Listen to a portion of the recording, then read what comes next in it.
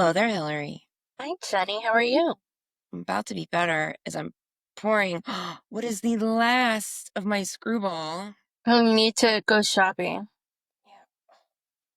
Get it all in there. I kind of got it everywhere. Um, yeah, things are fine. Good. How about you? Pretty good. Today is Monday, April 28th. If you're listening, it is on or after April 30th, 2025. This is season 7, episode 16. And you are listening to Kissing Lips and Breaking Hearts with the Garden Tarts. Yeah, so yeah, So, I'll say this is take 2. We again had technical difficulties. I can't catch a break here. No, it's been rough, but we're here. Cheers. I don't have anything to drink. It's fine. I have scraps. Yeah, But you found some fun U2 anniversaries that we thought we would. I did. So 38 years ago this week, you two were on the cover of Time magazine for the first time, and the title was Rock's Hottest Ticket. Yeah. So that was a pretty big deal, 38 years. really long time I ago. just don't understand how any of us are that old. I don't feel that old. No. Or them. Yeah. Yeah. That's crazy. Crazy. Totally crazy. And then 28 years ago was the first Pop Mart show in Las Vegas, which we were both in attendance, but not together. Not together, but aware of each other's presence. And, it was a different world without cell phones. Totally different world. There was no way we could find each other, even though I looked where I thought Jenny was supposed to be, and I didn't find her. But Yeah. I've heard you be like, you were just, Jenny. and 20 people are like, "Yeah, It's no, me. it's Jennifer," or "No, it's Jen," and It's with an I. you said it with a Y. Yeah, right? We can tell. Yeah, Because we're different, because those are different names, different people. yeah. So But it yeah, it was my very first U2 show. was my second. And I was trying to remember when the tour dates came out and I put in my ticket request through propaganda. I'm trying to remember what I put in. I know that our friend Molly and I were planning to, then we did like Pittsburgh and Columbus and DC. Maybe we drove to a few things together. And I'm wondering if we did those together. But our friend Rhonda, who is out in LA, who some listeners just may know her, was like, I'm taking you to your first YouTube show. So I don't remember how we got tickets, but she's like, you're coming out here. And I was in college, a legal adult, perfectly able to make my own decisions. But I needed a little financial assistance. And I remember asking my parents if they would help me. And my dad said, I will help you under one condition. And I was like, sure, what is it? And he said I had to read Fear and Loathing in Las Vegas That's before a I went. And became one of my favorite books. I was like, okay. good. Yeah, Uh, that's a good.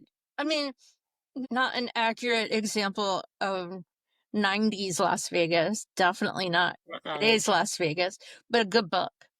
And that's just kind of like my dad wasn't going to audit the situation. Did you read it? Show me your notes. My Yeah, dad's give just kind of book views me like report. that, but I felt like that was a good deal.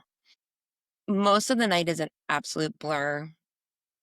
We were on the floor. I'm like looking up because I'm like thinking, like I'm trying to picture it. We were on the floor. I'm thinking a section or two back from the B stage. We were pretty central and we had two seats on the aisle, like towards the middle of the stadium. And we didn't know that the band was going to walk from the back. And they literally walked right past us. And all of a sudden I was like, I didn't know. I didn't know what was happening. I just kept hearing, Bono, Bono, Bono. And I'm like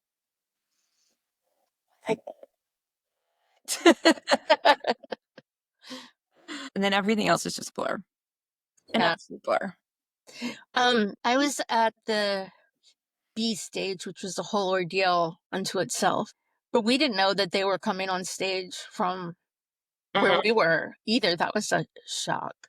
But we had heard the rehearsals for like 2 days before, so we kind of knew um what they were playing, except that we thought that Daydream Believer was some kind of joke, like some inside joke that we were missing.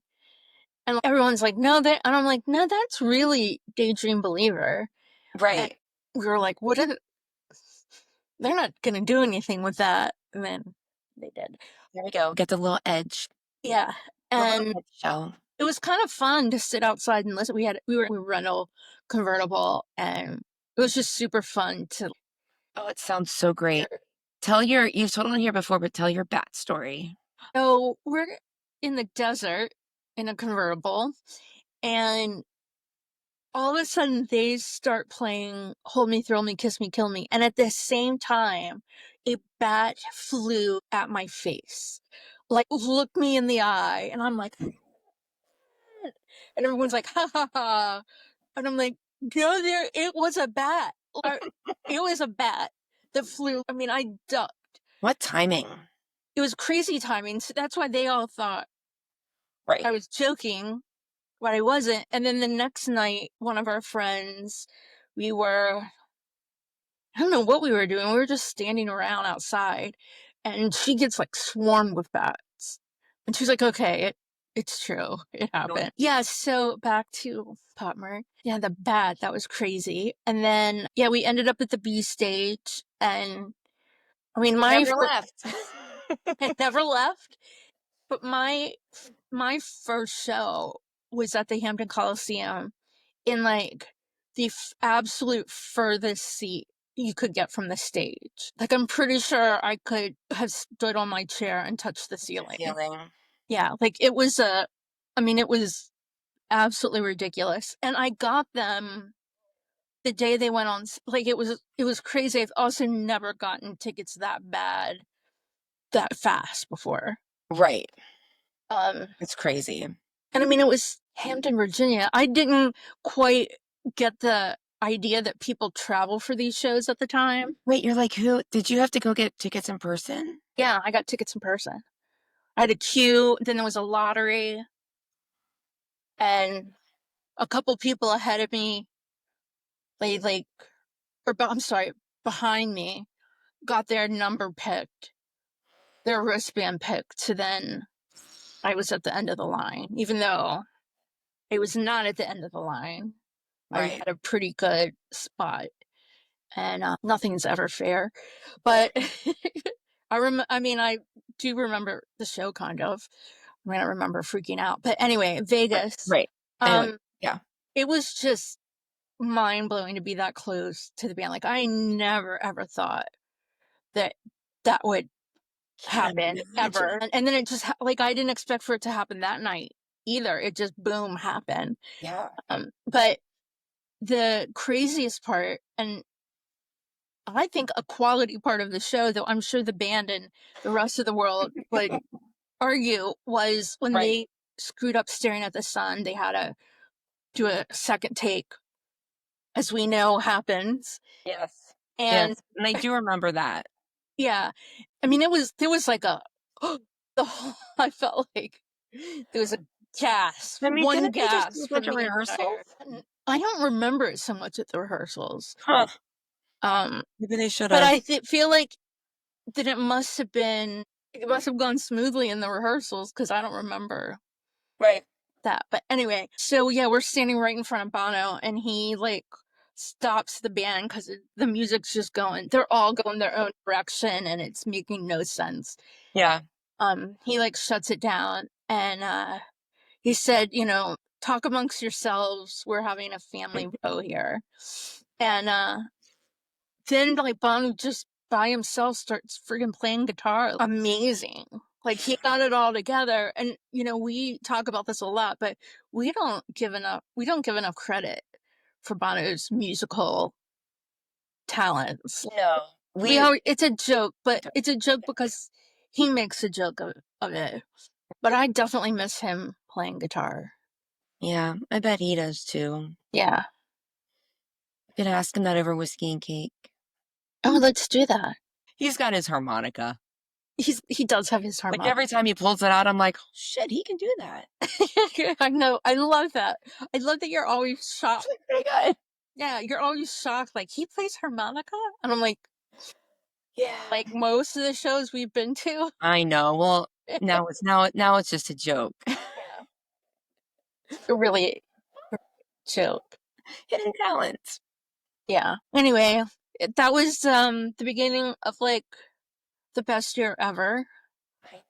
I planned on going to 2 shows, which quickly escalated to 4, and then it ended up at like 15 or something like that, by accident. I'm gonna look because I always say I went to 7, but I think I went to more. I will look as well. 16. I went to 16. I did go to 9. I'm Then I trying to. went to 9. I wonder what my next most attended tour was. I went to 9 Elevation, 7 Vertigo. I went to 20 on Elevation. That was a lot. That's too much. I won't take any of them back. Wait, I went to 9 360s, but those were over 2 years. I went to 7 Vertigos. 6 I&E, 5 Joshua Tree, 8 E&I, and 5 Sphere. If you weren't keeping a tally at home, which I would not expect, but I've been to 66 shows in 33 years. 56 in less years. 28 years. 28 years. I went to Yeah, 4 but you also had, in that time, you also, had 2 kids. I did. This is very true. Like during 360, not during Vertigo, but during 360 ahead. BB, during their break. Oh, wait, what show was I pregnant? Chicago. Oh, yeah, September 09. Okay. I was looking for something that said 2010, and that confused me. Yeah. Wait, INE, 3 INE. Yeah, that was a rough one. I wanted more of that. 1, 2, 3, JT. Oh, I don't have Sphere in here. 5 E&I, and then Sphere, 6. Yeah, 6. You went to 5? Went to 5. I went to 6. Okay. Add So them. what does that leave your number? I believe I'm at 56 because I Oh, think I ended in Dublin at 50. okay, okay. Because didn't you end Dublin at 61? Was your birthday your 60th? My birthday was my 61st because we went to 2 shows in Dublin. The first one, Oh, the second one was your birthday. yeah. I had them backwards. Yes. Yes, the first show in Dublin was your 60th. And I think it was my 49 to 50. I have to tell you, the ones, obviously Pop Mart, but the ones that I wish that I'd gone to way more shows were I&E and E&I. Even though, went to a fair amount of Right. shows, but I don't know why there was just some magic with those shows that, Little magic. And I just remember after my first show with and I only had that one show planned, I was like, oh no. yeah, Oh no, I need more of this. Because it's one of the reasons why I don't really remember. Well, I mean, my memory's like a sieve, but also the first time you see a show, it's just yeah, such overload that it's the second show is when you actually start to absorb things, right. I find. So, I was like, oh, I need this again. I just kept adding I just kept adding shows right and left. Not like Pop Mart, but I think I was originally only going to see like 2 shows too, and then I'm like, Tulsa. If I'm in Tulsa, I might as well go to St. Louis and then DC, Nashville, because we were all going. That was never my plan to go to Nashville. But it worked out for all of us, yeah. It did work out. And then DC was always in the plan. And Uncasville was not, definitely not. I don't think Boston was either, was it? I didn't go to Boston for I&E. For E&I, I went for I&E. Oh, okay. Okay. Yeah. Oh my goodness. Well, happy Part Mart anniversary. Yeah.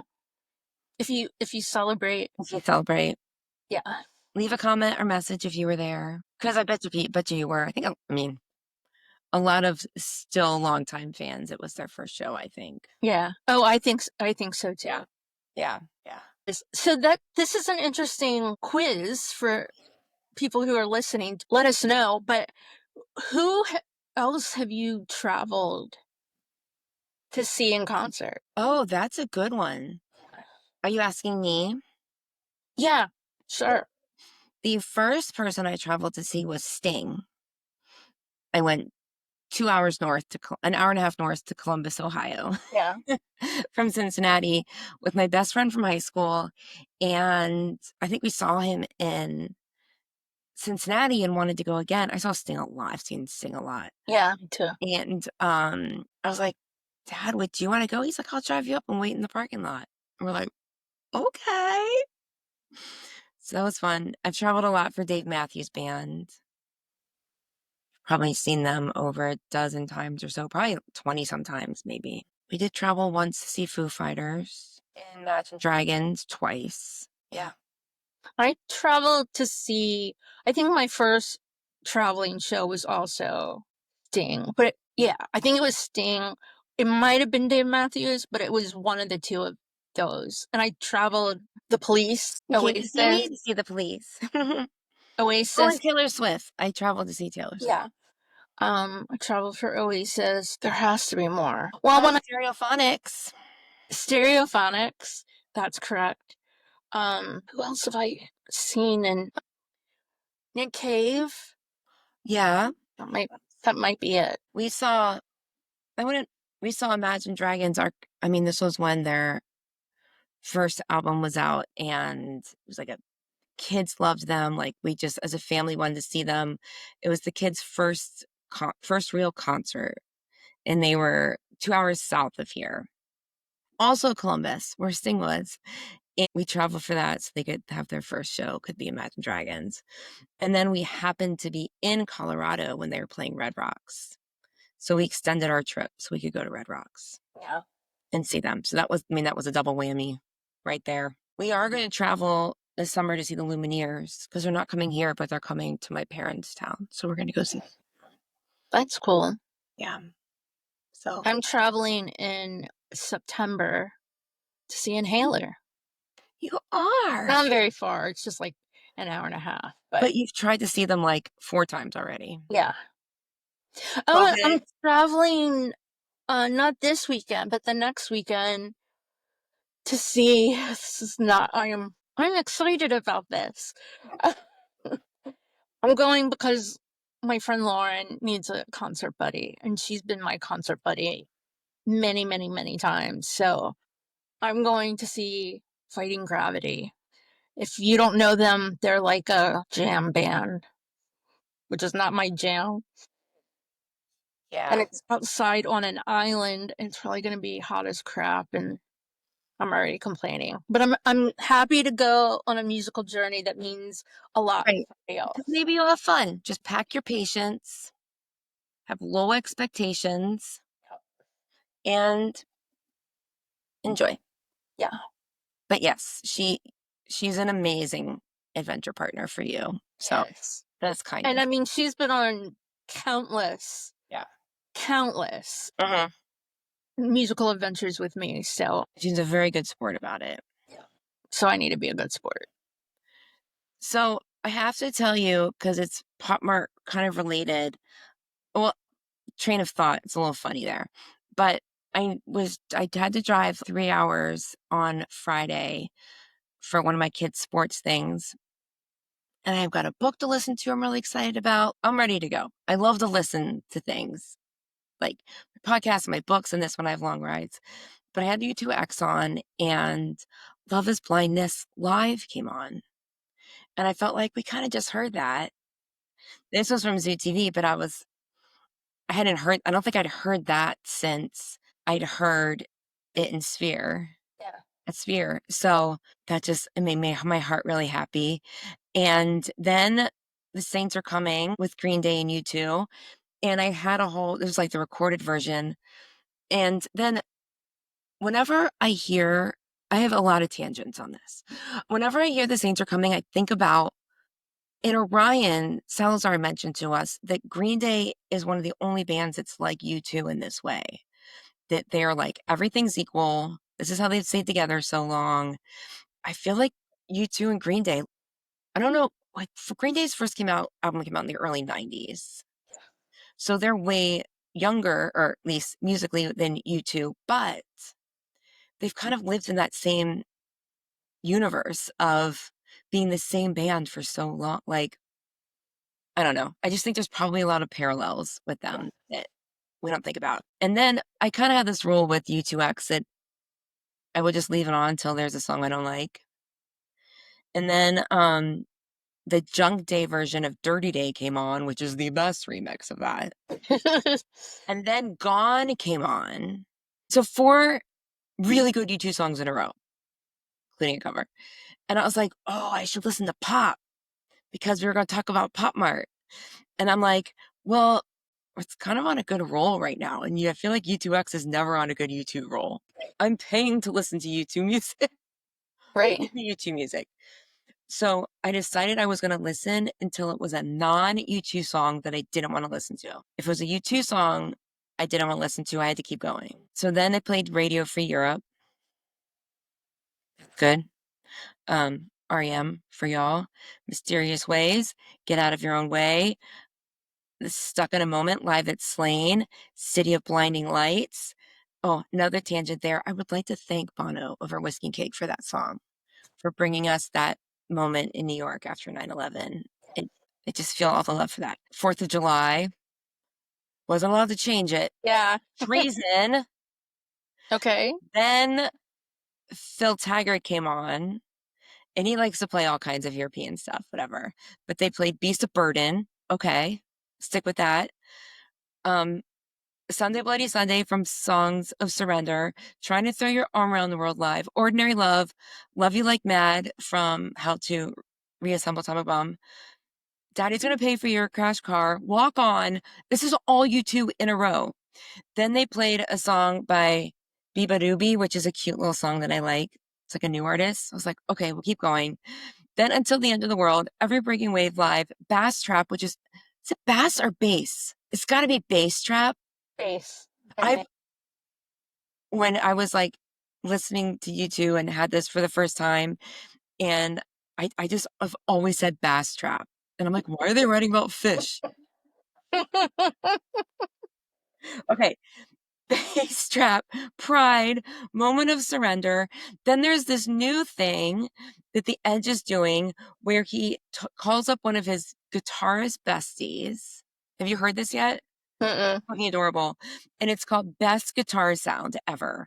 And he's got this funny little intro, and you can tell him what's going, Best Guitar Sound Ever, Best Guitar Sound Ever. Like it's like an intro one of them we would make. And you can tell he's on the phone. He calls up Martin Garrix and says, what's the best guitar sound ever? And Martin said, it has to be Smells Like Teen Spirit. So I listen, it's literally like a 30-second clip. And then they played Smells Like Teen Spirit. So I have to keep going. This is still going. Song for Someone, Shadows and Tall Tree, the demo version, which kind of sounded like Patti Smith, God Part 2, and then this Joshua Burnside song. I don't know who that is. It was like two That's a hours. lot. Then I had to get gas. And when I came back, I just wanted to check and see. And I went from one, Stories for Boys, the single version, Between the Lines, a Larry Mullen Jr. song, All Because of You, I Will Follow from Songs of Surrender, and then Morrissey. I take all these notes in the car. It's very bad writing. But okay, That's it's like amazing. 50 U2 songs. Yeah. 9, 10, 30 U2 songs in a with 1, 2, 3, 4, 5, 6. Like every 5 or 6 songs they played another good song. That I've never heard that much U2 on you. No, definitely, definitely never. So whatever they were doing, and this is what I'm paying for. Yeah. And it's all like good. None of it's like weird shit. No, like I was thinking when you were saying that, I was thinking like if I put my phone on shuffle, I would just end up getting like 35 remixes of Lemon or something like that. like, there's Like no all way. the passengers. Yeah.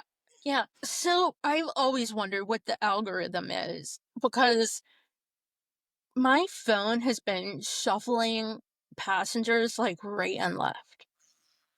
That can't be a coincidence. Because it was in the news or like in the Yeah. hmm, Like I swear every other song I listen to is freaking passengers. that's annoying. I would like at some point to talk about the single versions of the singles from Boy, like I Will Follow, Stories for Boys, maybe Out of Control. I'm like, did they actually play these on the radio? Are these the versions that won people over? Because they're weird. Yeah. Bono sounds weird. Like it's mixed, it's weird. I'm like, the album's great.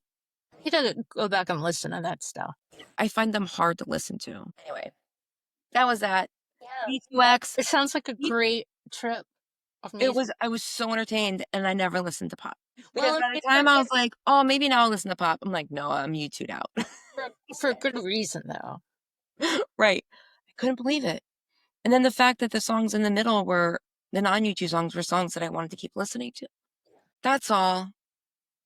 Good, nice work, you two X. I'm also like just not in the car that long with the radio on because I listen to so much audio stuff or like narrated stuff, but I still flip through the stations and keep listening if it's good. Yeah. It was easy to keep listening, except when they did that Phish song with Bass Trap. I was that was a wonderful music misunderstanding. Because I know we've been talking about Phish today. I'm like, you didn't mention a Fish song? Like, I would not, I would have never stayed for a Phish song. yeah. Also, I feel like if Phish showed up on the U2X, that's a cry for help. Like we'd have to call Sirius and be like, whoever's in the station is calling for help. Yeah. So they announced the new class of Rock and Roll Hall of Fame inductees today. And Phish, with a PH, won the fan vote, but did not get enough votes to get inducted. And I used to be the one that answered these emails at the Rock Hall here in Cleveland, all the letters from all the mad fans who their band didn't get inducted. And apparently they're quite colorful today. Yeah. Lots of PH instead of Fs. Anyway, I mean, it's cool. They can be mad. So there is micro ounce of U2 I'll take news, it. and that is that the trailer for Bono's Boop movie video on Apple TV comes out, I believe, on May 1st. But that would make sense. It would make sense. It comes out end of May, May 30th? May 3rd. And U2, at YouTube, not at YouTube, but call sign U2, Yeah. said that it's something about strange and startling. And I'm like, that's a good reference. That is a good reference. Yeah. So someone in the YouTube realm is actually It's a actually fan. writing their stuff.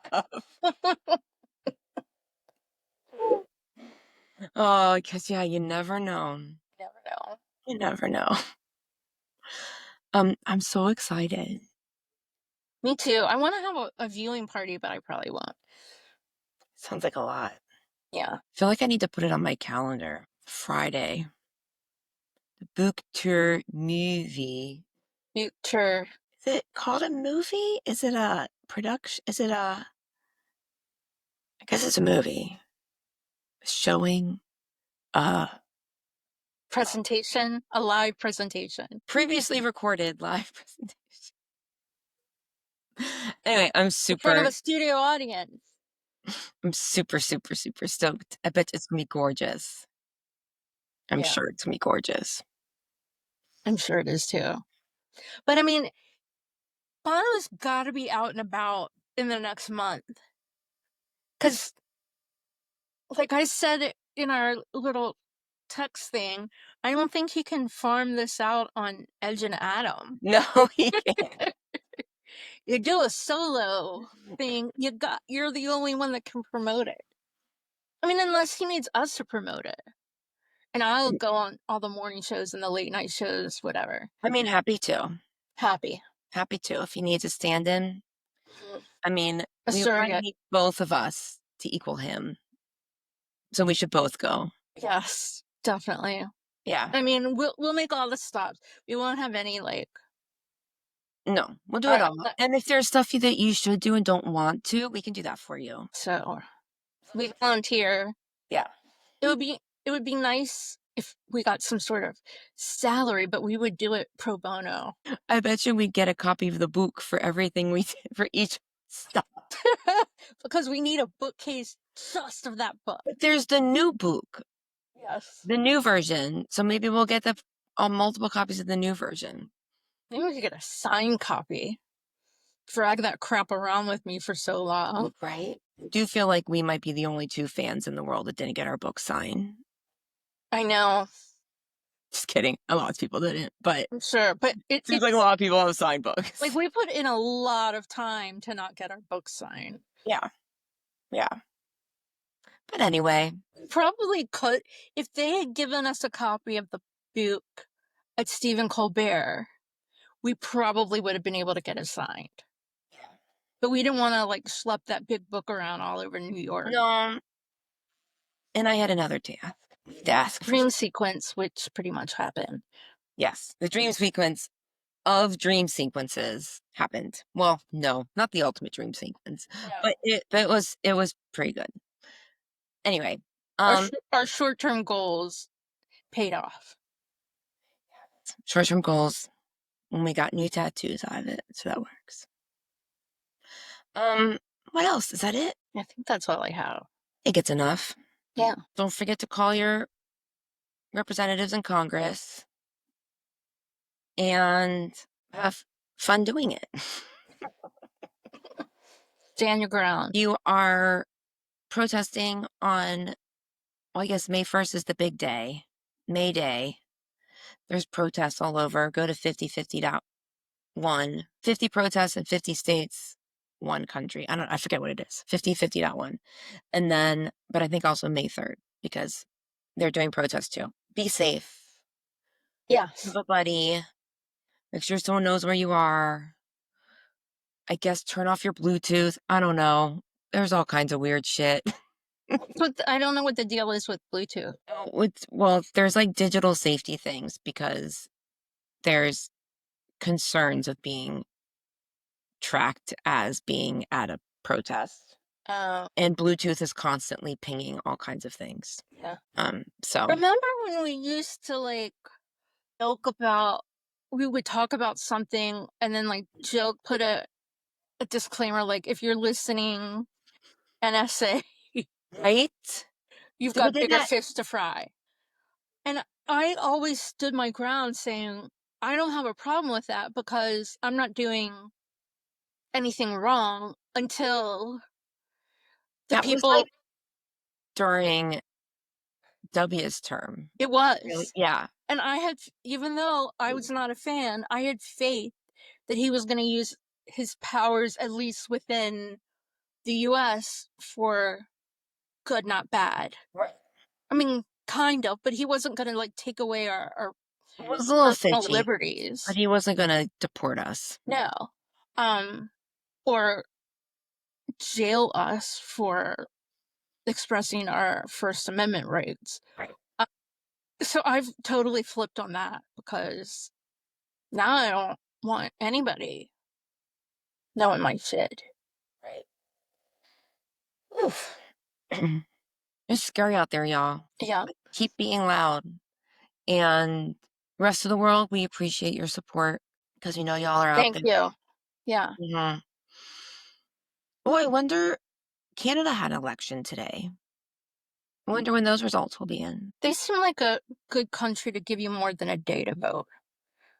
Well, today they've been voting. Or early voting is done, but today is election day. Today's that day. There's no update or anything. I mean, it's 5 something parts of Canada. It's only 8 something here. So, okay, enough of that shit. Stay tuned next week on the Garden Tarts when Buster and Bono take scuba diving lessons together. St. Bart's. Oh, definitely St. Bart's. Don't go on a date scuba diving or get married and go scuba diving because someone dies. True crime, y'all. Oh, yeah. The crime junkies will tell you, do not go scuba diving with a new love. One of you gonna die. And it's gonna be the other one's fault. It will not be an accident. Yeah. According to crime junkies. They have a list of things they don't do. And one of them is scuba diving with a loved one or with a partner. Oh, I haven't listened to them in a while, but I need to. Me neither. I haven't listened to them in a long time. Yeah. That one's from true crime. Yeah.